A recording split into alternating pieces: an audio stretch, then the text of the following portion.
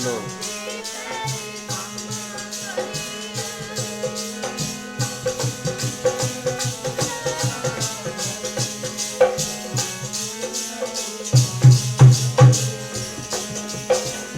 हाथी पैरी जी कम करिए,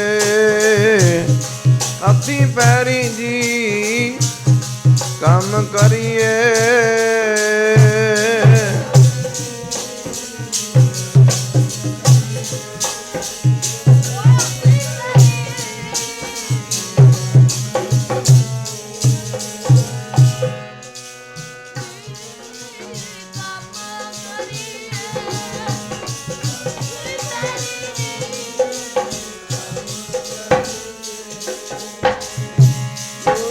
हरी दे नाल रखिए, हरी दे नाल रखिए। हथी पैरी कम करिए, जोड़ के हरी दे नाल रखिए। हथी पैरी कम करिए।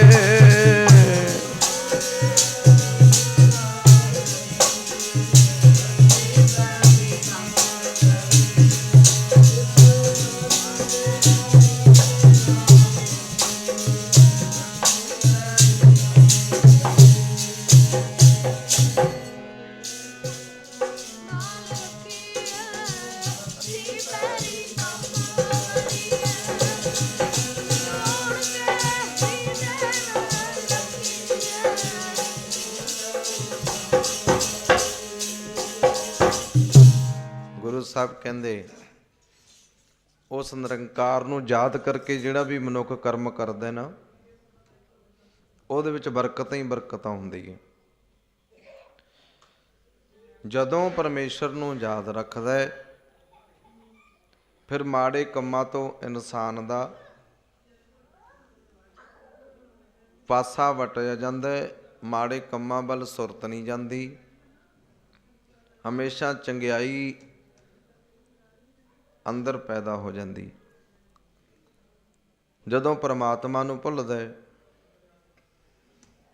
फिर इहदे अंदर कहंदे शैतानी आ जाती है, फिर शैतान बन जाता है। जिन्ना चिर निरंकार नूं याद रखेगा उन्ना चिर ये भले दे कर्म भी करता रहेगा, चंगे कर्म भी करता रहेगा, चंगे ते भले पुरुषां दे विच बहिंदा उठदा भी रहेगा। ये माड़े कर्मां च उदों पैंदा जदों परमात्मा दे नालों टुट जांदा, जदों परमात्मा नूं किते होर वसदा समझदा है। जदों ये समझदा है भी परमात्मा सब दे अंदर है फिर इहदी अवस्था होर हुंदी। सो इस करके गुरु नानक साहब ने सानू समझाउणा कीता भाई कि हक सच दी कमाई करो, भले दे कर्म करो, निरंकार नूं हमेशा याद रखो। गुरु नानक साहब ने हमेशा भले दी गल कीती। जो कि गुरु नानक साहब नाल माड़ी भी कर दिंदा सी, मरदाने ने आखना महाराज ये इंसान तो अपनी ना माड़ी कर गया, पर गुरु नानक साहब ने हमेशा कहना नहीं मरदानिया करतार भली करेगा। हमेशा करतार की गल करते सन गुरु नानक साहब। उन्होंने नहीं वेख्या भी कोई अमीर है कोई गरीब है, वो वेखते सन हिरदे की गरीबी, वो तन की गरीबी नहीं सन वेखते, वो मन की गरीबी वेखते सन। उन्होंने हमेशा मन की गरीबी का मतलब है जिहदे अंदर निमरता होवे, जिहड़ा निमरता धारण करदा है, भाव भी शरधा धारण करदा है, उहदे अज भी वेड़े बन्ने लगदे। लालो तरखान दे घर महाराज गए सन। अहमदाबाद की धरती ते एक गरीब लालो तरखान ਜਿਹੜਾ ਹੱਕ ਤੇ ਸੱਚ ਦੀ ਕਮਾਈ ਗੁਰੂ ਦੇ ਦਿੱਤੇ ਹੋਏ ਸੰਦੇਸ਼ ਮੁਤਾਬਕ ਕਰਦਾ ਹੈ, ਦੁਨੀਆ ਦਾ ਮਾਲਕ ਜਾ ਕੇ ਉਹਦੇ ਘਰ ਦੇ ਅੱਗੇ ਦਸਤਖਤ ਦੇ ਦਿੰਦਾ ਹੈ। ਕੁੰਡਾ ਖੜਕਿਆ, ਅੰਦਰੋਂ ਆਵਾਜ਼ ਆਉਂਦੀ ਹੈ, ਕੌਣ ਹੈ ਭਾਈ, ਕੌਣ ਹੈ? ਮਰਦਾਨਾ ਜੀ ਬੋਲੇ, ਕਹਿੰਦੇ ਜੀ ਦਰਵਾਜ਼ਾ ਖੋਲੋ। ਭਾਈ ਲਾਲੋ ਦਾ ਸੁਭਾਅ ਸੀ ਵੀ ਉਹ ਵਿਹਲੇ ਬੰਦਿਆਂ ਕੋਲ ਨਾ ਬਹਿੰਦਾ ਸੀ, ਨਾ ਉੱਠਦਾ ਬਹਿੰਦਾ ਸੀ, ਤੇ ਨਾ ਕਿਸੇ ਵਿਹਲਿਆਂ ਨਾਲ ਦੁਨਿਆਵੀ ਗੱਲਾਂ ਕਰਦਾ ਸੀ। ਉਹ ਉਹਨਾਂ ਨੂੰ ਲਵੇ ਲਾਉਂਦਾ ਸੀ ਜਿਹੜੇ ਨਿਰੰਕਾਰ ਦੇ ਘਰ ਦੀ ਗੱਲ ਕਰਦੇ ਸਨ। ਕਹਿੰਦੇ ਲਾਲੋ ਦੀ ਆਵਾਜ਼ ਆਈ ਅੰਦਰੋਂ ਵੀ ਜੇ ਤਾਂ ਕੋਈ ਕੰਮ ਹੈ, ਜੇ ਤਾਂ ਕੋਈ ਜ਼ਰੂਰੀ ਕੰਮ ਹੈ, ਜੇ ਤਾਂ ਰੱਬ ਦੇ ਘਰ ਦੀ ਕੋਈ ਗੱਲ ਸੁਣਨੀ ਹੈ ਜਾਂ ਸੁਣਾਉਣੀ ਹੈ, ਫਿਰ ਤੇ ਮੈਂ ਦਰਵਾਜ਼ਾ ਖੋਲ੍ਹਾਂ। ਨਹੀਂ, ਕਹਿੰਦੇ ਫਿਰ ਐਵੇਂ ਆ ਕੇ ਮੇਰਾ ਟਾਈਮ ਬਰਬਾਦ ਨਾ ਕਰਿਓ, ਜਾਓ ਤੁਸੀਂ ਕੌਣ ਹੋ? ਮਰਦਾਨੇ ਨੇ ਆਵਾਜ਼ ਦਿੱਤੀ, ਕਹਿੰਦੇ ਲਾਲੋ ਤੇਰੇ ਘਰ ਅੱਜ ਦੁਨੀਆ ਦਾ ਮਾਲਕ ਆਇਆ ਹੈ, ਤੇਰੇ ਘਰ ਅੱਜ ਗੁਰੂ ਨਾਨਕ ਆਏ ਨੇ। ਸਾਧ ਸੰਗਤ ਜਦੋਂ ਸੁਣਿਆ, ਗੁਰੂ ਨਾਨਕ ਸਾਹਿਬ ਦੇ ਕਦੇ ਦਰਸ਼ਨ ਨਹੀਂ ਸੀ ਕੀਤੇ। ਭਾਈ ਲਾਲੋ ਨੇ ਦਰਵਾਜ਼ਾ ਖੋਲ੍ਹਿਆ, ਆ ਕੇ ਸਾਧ ਸੰਗਤ ਮਹਾਰਾਜ ਦੇ ਚਰਨਾਂ 'ਚ ਢੇਰੀ ਹੋ ਗਿਆ ਤੇ ਨਾਲੇ ਖੁਸ਼ੀ ਦੇ ਮੰਗਲ ਗਾਉਂਦਾ ਹੈ। ਕਹਿਣ ਲੱਗਿਆ, ਸੱਚੇ ਪਾਤਸ਼ਾਹ ਹੁਣ ਤੱਕ ਤੁਹਾਡਾ ਨਾਮ ਸੁਣਦੇ ਸੀ, ਅੱਜ ਮੇਰੇ ਭਾਗ ਜਾਗੇ ਹੈ।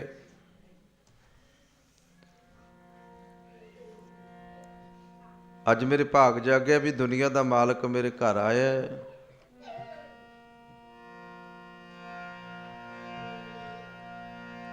ਤੇ ਸਾਧ ਸੰਗਤ ਫਿਰ ਖੁਸ਼ੀ ਦੇ ਵਿੱਚ ਮੰਗਲ ਗਾਉਂਦਾ ਹੈ।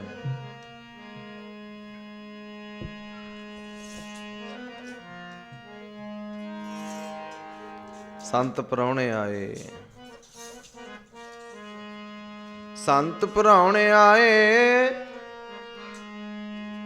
ਚੱਲ ਆਈਆਂ ਨਾਲ ਬਹਾਰਾਂ। ਸੰਤ ਪ੍ਰਾਹੁਣੇ ਆਏ, ਚੱਲ ਆਈਆਂ ਨਾਲ ਬਹਾਰਾਂ।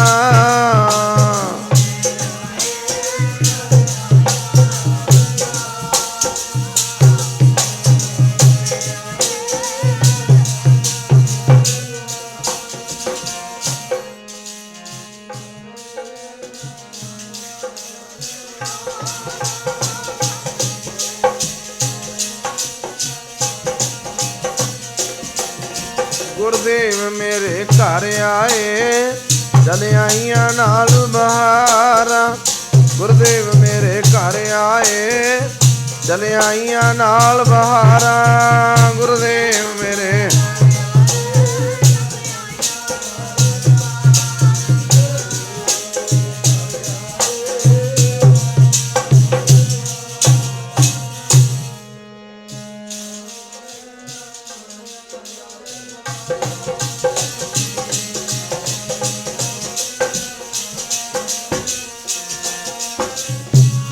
ਨਾਲ ਬਹਾਰਾਂ, ਚੱਲ ਆਈਆਂ ਨਾਲ ਬਹਾਰਾਂ। ਆਈਆਂ ਨਾਲ ਬਹਾਰਾਂ, ਚੱਲ ਆਈਆਂ ਨਾਲ ਬਹਾਰਾਂ।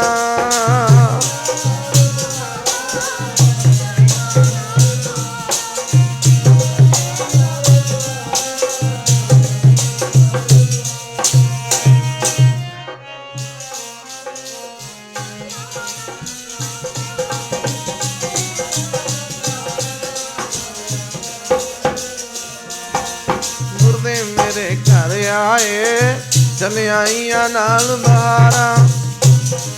ਮੇਰੇ ਘਰ ਆਏ, ਚੱਲ ਆਈਆਂ ਨਾਲ ਬਹਾਰਾਂ। ਗੁਰਦੇਵ ਮੇਰੇ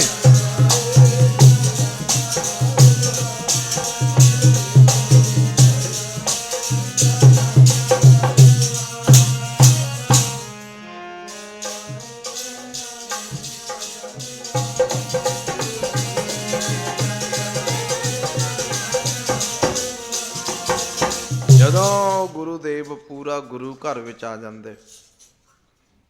ਫਿਰ ਬਹਾਰਾਂ ਆ ਜਾਂਦੀ।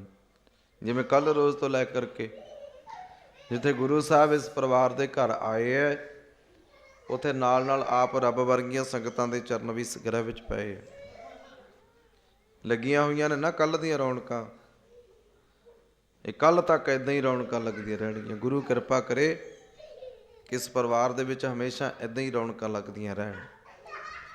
ਸਭਨਾਂ ਦਾ ਪਰਿਵਾਰ ਦਾ ਆਪਸ ਵਿੱਚ ਪਿਆਰ ਬਣਿਆ ਰਵੇ, ਸਾਰੇ ਰਲ ਮਿਲ ਕੇ ਰਹਿਣ। ਇਹ ਰੌਣਕਾਂ ਸਦਾ ਹੀ ਇਸ ਘਰ ਦੇ ਵਿੱਚ ਲੱਗਦੀਆਂ ਰਹਿਣ। ਲਾਲੋ ਤਰਖਾਣ ਖੁਸ਼ੀ ਦੇ ਵਿੱਚ ਫੁੱਲਿਆ ਨਹੀਂ ਸਮਾ ਰਿਹਾ। ਕਹਿੰਦੇ ਅੱਜ ਜਗ੍ਹਾ ਨਹੀਂ ਮਿਲਦੀ, ਮੈਂ ਗੁਰੂ ਨਾਨਕ ਸਾਹਿਬ ਨੂੰ ਕਿੱਥੇ ਬਿਠਾਵਾਂ। ਇੱਧਰ ਉੱਧਰ ਗੇੜੇ ਮਾਰਦਾ ਫਿਰਦਾ ਹੈ। ਸੱਚੇ ਪਾਤਸ਼ਾਹ ਸਮਝ ਗਏ ਵੀ ਇਹ ਬਿਠਾਉਣ ਦੇ ਲਈ ਕੋਈ ਸਪੈਸ਼ਲ ਯਤਨ ਕਰ ਰਹੇ ਆ। ਮਹਾਰਾਜ ਕਹਿੰਦੇ ਲਾਲੋ ਭੱਜ ਨੱਠ ਨਹੀਂ ਕਰਨੀ, ਬੈਠ, ਅਸੀਂ ਆਪ ਹੀ ਬਹਿ ਜਾਣਾ। ਮਹਾਰਾਜ ਉੱਥੇ ਬਹਿ ਗਏ। ਇੱਕ ਟੁੱਟੀ ਜੀ ਮੰਜੀ ਸੀ ਭਾਈ ਲਾਲੋ ਦੇ ਘਰ, ਉਸ ਮੰਜੀ ਤੇ ਬਹਿ ਗਏ ਮਹਾਰਾਜ। ਸੱਚੇ ਪਾਤਸ਼ਾਹ ਕੀ ਸੇਵਾ ਕਰਾਂ, ਤੁਸੀਂ ਕਿਰਪਾ ਕੀਤੀ ਹੈ। ਮਹਾਰਾਜ ਕਹਿੰਦੇ ਪ੍ਰਸ਼ਾਦਾ ਹੈ। ਇਹ ਕਹਿੰਦਾ ਮਹਾਰਾਜ ਬਣਾ ਲੈਂਦੇ ਆ, ਤਿਆਰ ਕਰ ਲੈਂਦੇ। ਸੱਚੇ ਪਾਤਸ਼ਾਹ ਕਹਿੰਦੇ ਨਹੀਂ, ਜੇ ਪਿਆ ਤਾਂ ਲੈ ਆ। ਤਾਂ ਕਹਿੰਦੇ ਇੱਕ ਕੋਦਰੇ ਦਾ ਪ੍ਰਸ਼ਾਦਾ ਪਿਆ ਸੀ, ਬੇਆ ਪ੍ਰਸ਼ਾਦਾ।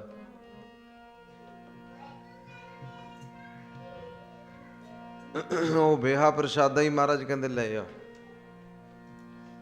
ਕੋਦਰੇ ਦਾ ਰੁੱਖਾ ਸੁੱਖਾ ਪ੍ਰਸ਼ਾਦਾ ਸੱਚੇ ਪਾਤਸ਼ਾਹ ਨੇ ਭਾਈ ਲਾਲੋ ਦੇ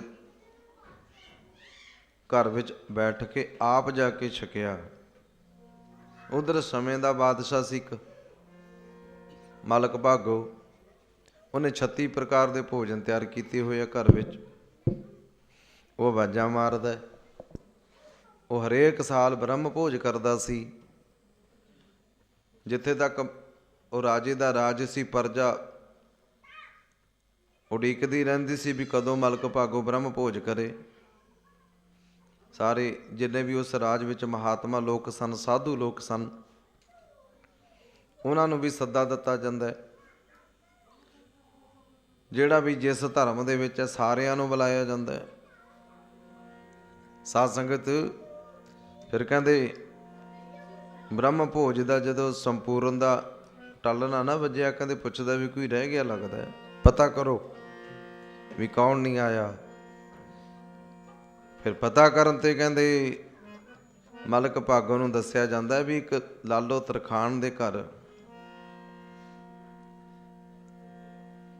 ਗੁਰੂ ਨਾਨਕ ਨਾਮ ਕਰਕੇ ਫਕੀਰ ਆਇਆ ਹੋਇਆ, ਕੋਈ ਉਹ ਨਹੀਂ ਆਇਆ। ਮਲਕ ਭਾਗੋ ਕਹਿੰਦਾ ਜਾਓ, ਉਹਨੂੰ ਪਤਾ ਨਹੀਂ ਲੱਗਿਆ, ਸੁਨੇਹਾ ਦਿਓ ਜਾ ਕੇ। ਸਾਧੂ ਮਹਾਤਮਾ ਲੋਕ ਤੇ ਮੇਰਾ ਸੁਨੇਹਾ ਉਡੀਕਦੇ ਰਹਿੰਦੇ ਐ, ਇਹਨੂੰ ਨਹੀਂ ਪਤਾ ਲੱਗਿਆ, ਸਾਰਿਆਂ ਨੂੰ ਪਤਾ ਹੈ। ਕਹਿੰਦੇ ਜੀ ਚਲੋ ਸੁਨੇਹਾ ਦੇ ਦਿੰਦੇ ਆ। ਗਏ ਮਲਕ ਭਾਗੋ ਦੇ ਸਿਪਾਹੀ ਜਾ ਕੇ ਗੁਰੂ ਨਾਨਕ ਸਾਹਿਬ ਨੂੰ ਸੁਨੇਹਾ ਦਿੰਦੇ ਐ। ਸੱਚੇ ਪਾਤਸ਼ਾਹ ਨੇ ਨਾ ਕਰ ਦਿੱਤੀ। ਕਹਿੰਦਾ ਜੀ ਅਸੀਂ ਨਹੀਂ ਆਉਣਾ, ਅਸੀਂ ਤੇ ਆਪਣਾ ਭੋਜਨ ਕਰ ਲਿਆ, ਭਾਈ ਲਾਲੋ ਦੇ ਘਰ ਹੀ ਭੋਜਨ ਕਰ ਲਿਆ, ਅਸੀਂ ਨਹੀਂ ਆਉਣਾ। ਦੁਬਾਰਾ ਫੇਰ ਸੁਨੇਹਾ ਆ ਜਾਂਦਾ। ਜਦੋਂ ਸਿਪਾਹੀ ਮੁੜ ਗਏ ਫੇਰ ਭੇਜੇ। ਕਹਿੰਦੇ ਜਾਓ ਕਹਿ ਦਿਓ ਵੀ ਰਾਜੇ ਦਾ ਹੁਕਮ ਹੈ। ਸੱਚੇ ਪਾਤਸ਼ਾਹ ਨੇ ਫਿਰ ਵਾਪਸ ਸੁਨੇਹਾ ਦਿੱਤਾ।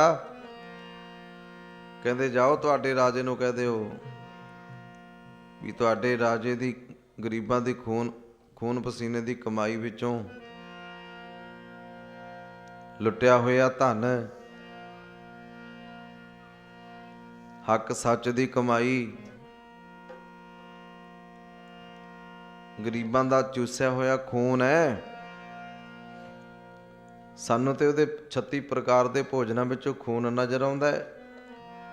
ਅਸੀਂ ਨਹੀਂ ਭੋਜਨ ਕਰਨਾ, ਅਸੀਂ ਨਹੀਂ ਖੂਨ ਪੀਣਾ। ਸਿਪਾਹੀਆਂ ਨੇ ਜਾ ਕੇ ਇੱਦਾਂ ਹੀ ਦੱਸ ਦਿੱਤਾ। ਰਾਜਾ ਤੇ ਕ੍ਰੋਧ ਵਿੱਚ ਆ ਗਿਆ, ਕਹਿੰਦਾ ਫਿਰ ਜਾਓ ਆਖਰੀ ਵਾਰ ਕਹਿ ਦਿਓ, ਜੇ ਆਉਣਾ ਤੇ ਆ ਜਾਓ, ਨਹੀਂ ਫਿਰ ਜ਼ਬਰਦਸਤੀ ਹੋਵੇਗੀ। ਫਿਰ ਮਰਦਾਨਾ ਜੀ ਕਹਿੰਦੇ ਆ ਗੁਰੂ ਸਾਹਿਬ ਨੂੰ, ਮਹਾਰਾਜ ਹੁਣ ਕੀ ਕਰੀਏ? ਮਹਾਰਾਜ ਕਹਿੰਦੇ ਕਰਤਾਰ ਭਲੀ ਕਰੇਗਾ। ਸੱਚੇ ਪਾਤਸ਼ਾਹ ਹਮੇਸ਼ਾ ਇਹ ਗੱਲ ਕਹਿੰਦੇ ਸਨ, ਕਹਿੰਦੇ ਕਰਤਾਰ ਭਲੀ ਕਰੇਗਾ। ਫਿਰ ਸੰਗਤੇ ਗੁਰੂ ਨਾਨਕ ਸਾਹਿਬ ਗਏ। ਮਾਲਕ ਭਾਗੋ ਕਹਿੰਦਾ ਉੱਥੇ ਟੁੱਟੀ ਮੰਜੀ ਤੇ ਬੈਠੇ ਹੋ ਜਾ ਕੇ, ਆ ਇੱਥੇ ਵੇਖੋ ਕਿੰਨੇ ਸੁੰਦਰ ਪਲੰਘ ਲੱਗੇ ਹੋਏ ਐ ਤੇ 36 ਪ੍ਰਕਾਰ ਦਾ ਭੋਜਨ ਲੱਗਿਆ ਹੋਇਆ ਹੈ। ਤੁਸੀਂ ਰੁੱਖਾ ਪ੍ਰਸ਼ਾਦਾ ਛਾਕੀ ਉਹਦੇ ਲਾਲੋ ਦੇ ਗੁਣ ਗਾਉਂਦੇ ਹੋ। ਆ ਵੇਖੋ ਕਿੰਨਾ ਇਕੱਠ ਹੈ, ਕਿੰਨੇ ਲੋਕ ਬ੍ਰਹਮ ਭੋਜਨ ਦੇ ਵਿੱਚ ਭੋਜਨ ਕਰ ਰਹੇ। ਸੱਚੇ ਪਾਤਸ਼ਾਹ ਨੇ ਫਿਰ ਉਹਦਾ ਹੰਕਾਰ ਤੋੜਿਆ, ਕਹਿੰਦੇ ਮਲਕਾ ਸਾਨੂੰ ਤੇ ਕੋਧਰੇ ਦਾ ਪ੍ਰਸ਼ਾਦਾ ਜਿਹਦੀ ਹੱਕ ਸੱਚ ਦੀ ਕਮਾਈ ਹੈ ਉਹ ਸੋਹਣਾ ਲੱਗਦਾ ਹੈ, ਆ ਤੇਰੇ ਪੂੜੇ ਤਾਂ ਜ਼ਹਿਰ ਲੱਗਦੇ ਆ, ਜ਼ਹਿਰ। ਕਿਸੇ ਚਿੱਤਰਕਾਰ ਨੇ ਬਣਾਇਆ ਸੀ ਇਹ ਸਰੂਪ, ਹੈ ਤੇ ਮਨੋਕਲਪਤ। ਤੇ ਸਾਧ ਸੰਗਤ ਵੀ ਇੱਕ ਪਾਸੇ ਕਹਿੰਦੇ ਮਲਕ ਭਾਗੋ ਦੇ ਪੂੜੇ ਫੜੇ ਜਾਂਦੇ ਤੇ ਦੂਸਰੇ ਪਾਸੇ ਗਰੀਬ ਲਾਲੋ ਤਰਖਾਣ ਦਾ ਕੋਧਰੇ ਦਾ ਪ੍ਰਸ਼ਾਦਾ। ਤੇ ਸਾਧ ਸੰਗਤ ਮਹਾਰਾਜ ਨੇ ਦੋਵੇਂ ਹੱਥਾਂ ਵਿੱਚ ਫੜ ਕੇ ਕਹਿੰਦੇ ਜਦੋਂ ਕੁੱਟਦੇ ਆ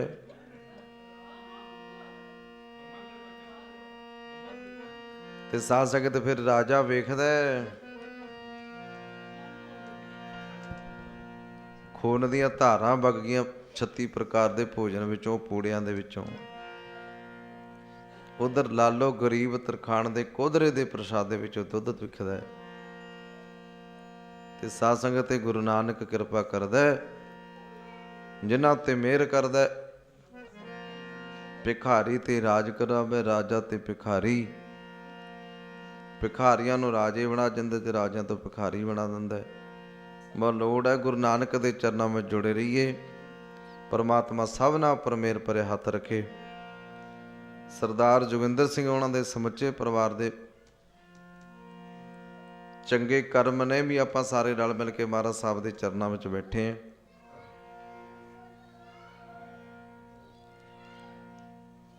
ਕੱਲ ਜਦੋਂ ਪਰਿਵਾਰ ਨੇ ਕੀਰਤਨ ਬਾਰੇ ਕਿਹਾ ਸੀ ਨਾ ਵੀ ਰਾਤ ਨੂੰ ਕੀਰਤਨ ਕਰਨਾ,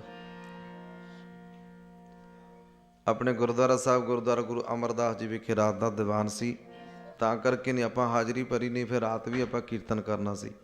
ਕਿਉਂਕਿ ਇਹ ਪਰਿਵਾਰ ਦੀ ਇੱਛਾ ਹੈ। ਜਿੱਥੇ ਇੱਛਾ ਹੋਵੇ ਤੇ ਸਾਧ ਸੰਗਤ ਉੱਥੇ ਫਿਰ ਗੁਰੂ ਕਿਰਪਾ ਕਰਦਾ ਹੈ।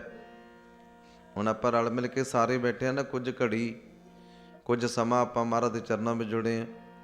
ਤੁਸੀਂ ਤਾਂ ਬੈਠੇ ਹੋ ਜੇ ਤੁਹਾਡੇ ਅੰਦਰ ਪਿਆਰ ਹੈ, ਜੇ ਤੁਸੀਂ ਸੁਣਨ ਦੀ ਤਾਕਤ ਰੱਖਦੇ ਹੋ, ਸਤ ਸੰਗਤ ਕਰਨ ਦਾ ਤੁਹਾਡੇ ਅੰਦਰ ਚਾਅ ਹੈ, ਤਾਂ ਬੈਠੇ ਹੋ। ਨਹੀਂ ਤੇ ਅਗਲਾ ਕਹਿ ਦਿੰਦਾ ਬਾਬਾ ਜੀ ਕੀਰਤਨ ਕਰ ਲਓ, ਸੁਣਦਾ ਕੋਈ ਹੈ ਨਹੀਂ। ਪਰਿਵਾਰ ਵਾਲੇ ਆਪਣਾ ਕੰਮ ਕਰਦੇ ਫਿਰੀ ਜਾਂਦੇ, ਰੌਲਾ ਪਈ ਜਾਂਦਾ, ਨਾ ਕੋਈ ਸੁਣੇ ਨਾ ਸੁਣਾਵੇ। ਨਾ ਸੁਣਾਉਣ ਵਾਲਿਆਂ ਦਾ ਮਨ ਲੱਗਦਾ, ਨਾ ਸੁਣਨ ਵਾਲਿਆਂ ਦਾ ਲੱਗਦਾ। ਇਹ ਤੁਹਾਡੇ ਔਰ ਸਾਡੇ ਆਪਣੇ ਸਾਰਿਆਂ ਦੇ ਚੰਗੇ ਭਾਗ ਨੇ ਵੀ ਆਪਾਂ ਰਲ ਮਿਲ ਕੇ ਥੋੜ੍ਹਾ ਸਮਾਂ ਸੱਚੇ ਪਾਤਸ਼ਾਹ ਦੇ ਚਰਨਾਂ ਵਿੱਚ ਜੁੜੇ ਆ। ਸੋ ਆਓ ਕੱਲ੍ਹ ਨੂੰ ਭੋਗ ਦੇ ਸਮੇਂ 'ਤੇ ਸੰਤ ਬਾਬਾ ਰਣਜੀਤ ਸਿੰਘ ਜੀ ਮੋਹਾਲੀ ਵਾਲੇ ਮਹਾਂਪੁਰਖ ਸਾਰੇ ਪਰਿਵਾਰ ਦੇ ਨਾਲ ਸਨੇਹ ਹੋਣ ਕਰਕੇ, ਪਰਿਵਾਰ ਨਾਲ ਪਿਆਰ ਹੋਣ ਕਰਕੇ ਮਹਾਂਪੁਰਖ ਭੋਗ ਦੇ ਸਮੇਂ 'ਤੇ ਆ ਰਹੇ ਹੈ। ਆਪਾਂ ਸਾਰਿਆਂ ਨੇ ਰਲ ਮਿਲ ਕੇ ਮਹਾਂਪੁਰਖਾਂ ਦੇ ਕੋਲੋਂ ਕੱਲ੍ਹ ਨੂੰ ਹਰੀ ਜਸ ਕੀਰਤਨ ਸ਼ਰਵਣ ਕਰਨਾ ਹੈ। ਆਓ ਹੁਣ ਇੱਥੇ ਸਮਾਪਤੀ ਕਰੀਏ, ਕਿਉਂਕਿ ਸਿੰਘਾਂ ਨੇ ਰਾਤ ਨੂੰ ਡਿਊਟੀਆਂ ਵੀ ਲਾਉਣੀਆਂ ਹੁੰਦੀਆਂ। ਮਹਾਰਾਜ ਕਿਰਪਾ ਕਰੇ ਆਪਣੀ ਥੋੜ੍ਹੀ ਹਾਜ਼ਰੀ ਨੂੰ ਮਹਾਰਾਜ ਬਹੁਤੀ ਜਾਣ ਕੇ ਸੱਚੇ ਪਾਤਸ਼ਾਹ ਪ੍ਰਵਾਨ ਕਰੇ। ਭਰੀਆਂ ਹੋਈਆਂ ਹਾਜ਼ਰੀਆਂ ਲੇਖੇ ਵਿੱਚ ਲੱਗ ਜਾਣ। ਲੋਕ ਸੁਖੀਏ परलोक सुहेले। नानक हर प्रभ आपे मिले। महाराज किरपा करियो।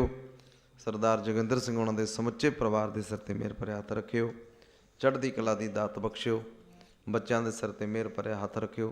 सिक्खी सिदक ते भरोसे की दात बख्शियो। ये अरदास महाराज के चरणों में करांगे। आओ एक तारना पढ़ के फिर श्लोक पढ़ के समाप्ति की जाए। बख्शी मालका सिक्खी सिदक भरोसा। बख्शी मालका सिक्खी सिदक भरोसा।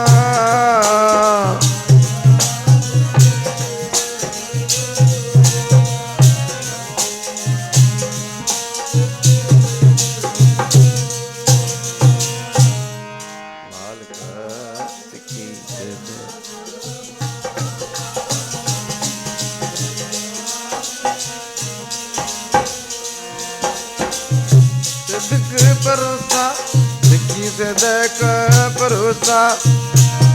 सिदक भरोसा सिक्खी सिदक भरोसा।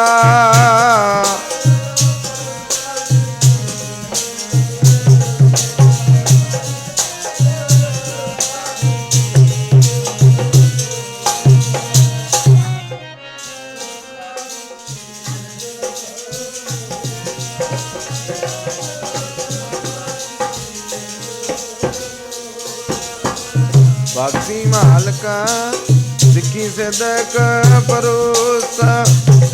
बख्शी मालका सिक्खी सिदक भरोसा।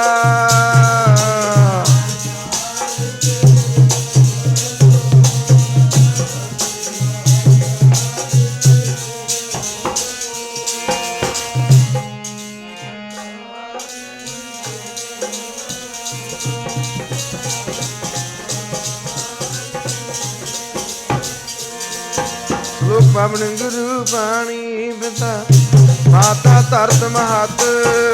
दिवस रात में कन्या बुरियाइया बाचे धर्म दूर।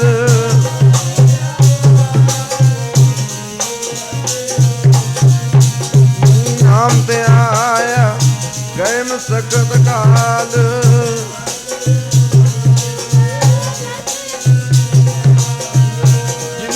नाम ते आया हेम संकट काल।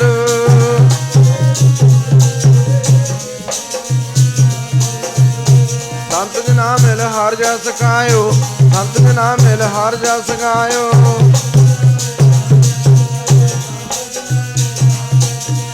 कोट जन्म के दुख गवायो। कोट जन्म के दुख गवायो।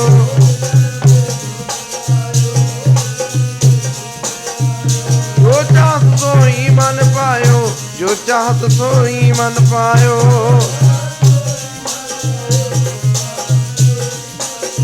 कर कृपा हर नाम बनाए। गुर प्रसाद नानक मत पाई।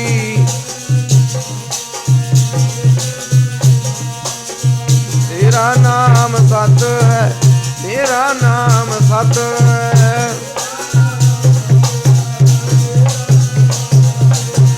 सतनाम श्री वाहिगुरु बोल। सतनाम श्री वाहिगुरु बोल।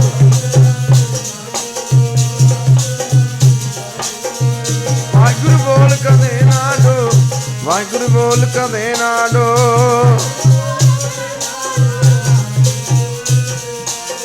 वाहिगुरु वाहिगुरु बोल प्यारेया तेरा मिठड़ा लगेगा। बोल प्यारेया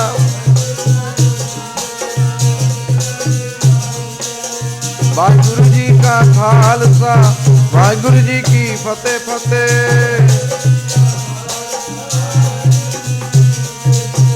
वाहिगुरु जी का खालसा वाहिगुरु जी की फतेह।